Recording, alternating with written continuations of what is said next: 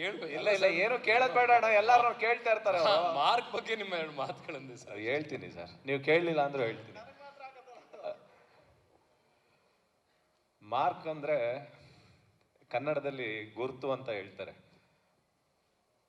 ಒಂದು ಮಗು ಹುಟ್ಟಬೇಕಾದ್ರೆ ತಾಯಿ ನನ್ನ ಮಗು ಇಂಥ ದಿನ ಹುಟ್ಟುತ್ತೆ ಅಂತ ಮಾರ್ಕ್ ಮಾಡ್ತಾಳೆ.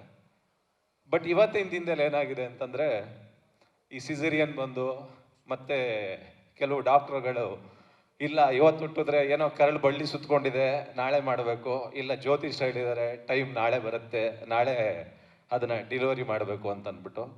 ಬಟ್ 5 ತಿಂಗಳಿಗೆ ಮುಂಚೆ ಅಣ್ಣ ಒಂದು ಡೇಟ್ನ ಮಾರ್ಕ್ ಮಾಡಿದ್ರು. 5 ತಿಂಗಳು 17 ದಿನ ಆಗಿರ್ಬೇಕು, ಜುಲೈ 17ನೇ ತಾರೀಕು. ಬಟ್ ಮಗು ಹುಟ್ಟೋದು ಡೇಟ್ ಚೇಂಜ್ ಆಗಿರ್ಬೋದು, ಬಟ್ ಡಿಸೆಂಬರ್ 25ಗೆ ಮಾರ್ಕ್ ಬರೋ ಡೇಟ್ ಮಾತ್ರ ಚೇಂಜ್ ಆಗಿಲ್ಲ ಅಣ್ಣ. ಬಟ್ ನೀವು ಮಾರ್ಕ್ ಮಾಡಿದಾಗ ಆ ಡೇಟ್ನ ನಾನು ಅನ್ಕೊಂಡಿದ್ದೆ ಹೆಂಗ್ 5 ತಿಂಗಳಲ್ಲಿ ಸಿನಿಮಾ ಆಗುತ್ತೆ ಇದು ಅಂತ. ನನ್ನನ್ನು ಎಷ್ಟೋ ಜನ ಕೇಳಿದ್ರು ಮಾರ್ಕ್ ಹೆಂಗ್ ಬರುತ್ತೆ, ಹೆಂಗಾಗೋಗುತ್ತೆ, ಏನಾಗುತ್ತೆ ಅಂತ ಅಂದ್ಬಿಟ್ಟು. ನಾನು ಆ ಜರ್ನಿನ ಒಂದು 5-6 ತಿಂಗಳು ಅಣ್ಣನ ಜೊತೆ ಪ್ರತಿದಿನ ನೋಡ್ಕೊಂಡ್ ಬಂದಿದ್ದೀನಿ. ಅವರು ನಿದ್ದೆನೇ ಮಾಡಿಲ್ಲ ನನ್ನ ಪ್ರಕಾರ. ಒಂದು 5 ದಿನ 6 ದಿನ ಶೂಟ್ ಮಾಡೋರು ತಿರ್ಗಾ ಎಲ್ಲೋ ತೂತುಕುಡಿಲಿ ಶೂಟಿಂಗ್ ನಡೀತಾ ಇತ್ತು, ಪಾಂಡಿಚೇರಿಲಿ ನಡೀತಾ ಇತ್ತು. ಅಲ್ಲಿಂದ ಅಣ್ಣ ಎಲ್ಲಿದ್ದೀರಾ ಅಂದರೆ ಪಾಂಡಿಚೇರಿ ಅನ್ನೋರು.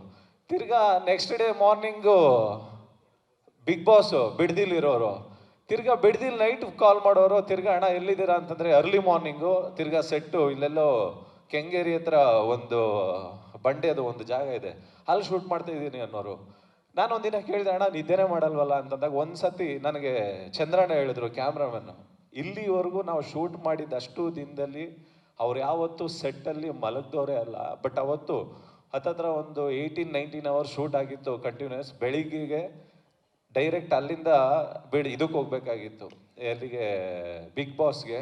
ಸೆಟ್ಟಲ್ಲೇ ಒಂದು 5-15 ನಿಮಿಷ ಹಿಂಗೆ ಟೇಬಲ್ ಮೇಲೆ ಮಲ್ಕೊಂಡಿದ್ರು, ನಾವ್ಯಾರು ಡಿಸ್ಟರ್ಬ್ ಮಾಡಲಿಲ್ಲ. ಇನ್ನೊಂದು 15 ನಿಮಿಷ ಆಮೇಲೆ ಇದ್ದಕ್ಕಿದ್ದಾಗೆ ಎದ್ದು ಏನು ಮಾಡ್ತಾ ಇದ್ದೀರಾ ಅಂತಂದಾದ್ಮೇಲೆ ಅವ್ರು ಹೇಳಿದ್ರಂತೆ ಚಂದ್ರಣ್ಣ, ಇಲ್ಲ ನೀವು ಮಲಗಿದ್ರಲ್ಲ ಡಿಸ್ಟರ್ಬ್ ಮಾಡಿಲ್ಲ ಅಂತ. ಅಂದರೆ ನಿದ್ದೆನೇ ಇಲ್ದಂಗೆ ಮಾಡಿದಾಗ ಮತ್ತೆ ಆ ಕಮಿಟ್ಮೆಂಟ್ ಇದ್ದಾಗ ಮಾತ್ರನೇ ಒಂದು ಮಾರಕ್ ಥರದ ಸಿನಿಮಾ ಆಗಕ್ಕೆ ಸಾಧ್ಯ.